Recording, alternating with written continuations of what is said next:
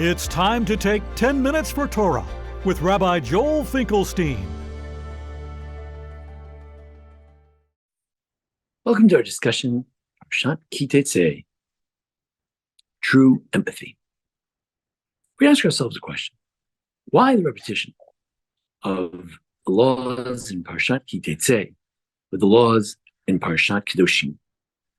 Or, to the extent that they are different, we ask ourselves a question: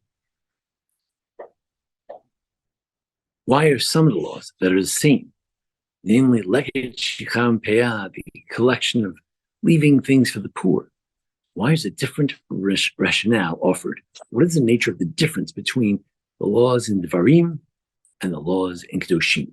The laws in Parshat Teitzei and the laws in chapter 19 of Leviticus, Parshat Kedoshim. We look in Parshat Teitzei, we find a number of laws that are really about empathy.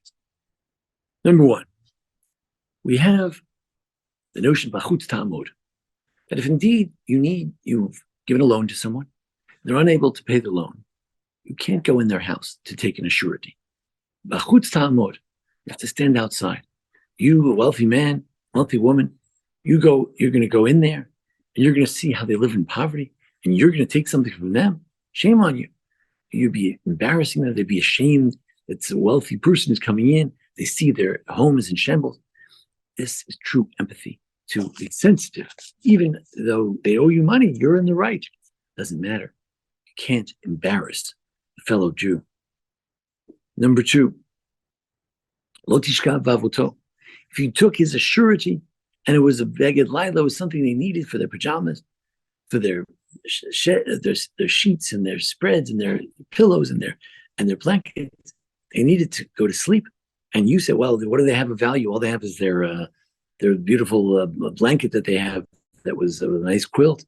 And you take that quilt, and that person can't even sleep because they're so poor and they're cold at night. Shame on you. Can't do that. Don't cause someone else to call out to God and say, God, how could that guy do that? He's a wealthy man. He's going to take my blanket. What's going on? Number three, they love him. Poor guy showed up to pick the peanuts at 5 o'clock in the morning. He worked a 12-hour day. He picked all the peanuts, and you're paying him peanuts, and you're paying him his salary. And then what do?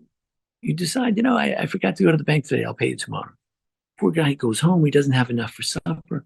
He was looking for it.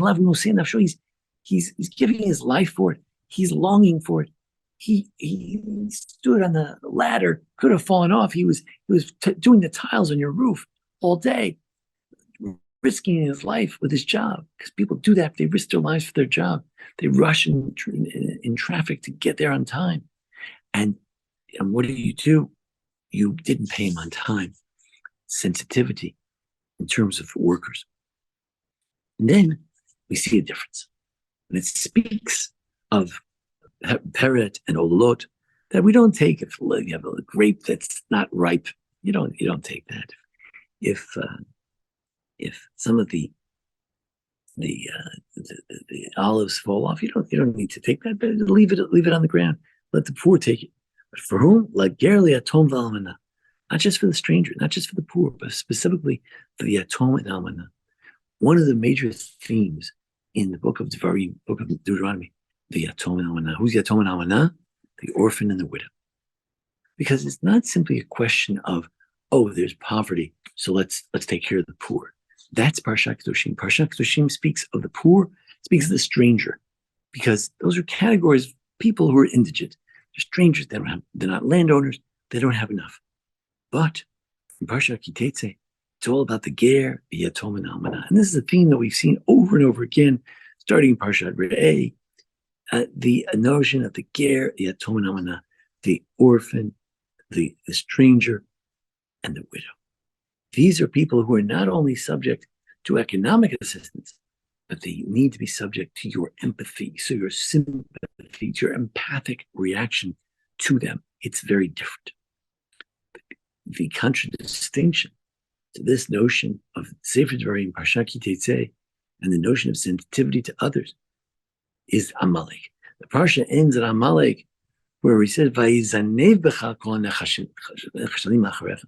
those who were stragglers in society, those who were lame, those who couldn't walk, they had to go more slowly. Maybe they had problems with their legs. Maybe they were elderly and children. Those are the people that they decided to attack. The vulnerable. This is the opposite of having empathy. Sometimes there are people who are terrorists who specifically go after those who can't defend themselves. And this is the opposite. This is something we need to stay away from. Parshat Kedoshim, the book of Leviticus, chapter 19, speaks in terms of poverty. Strangers, people who are not full citizens, people who are not fully invested so that they are indigent. This parsha speaks of empathy, thinking of what is the consequence of your action as a wealthy person walking in someone else's home. It's thinking about what does it mean that you took something from their house that they needed for their living, to make a living tomorrow. You took their grinder, and that's what the guy does.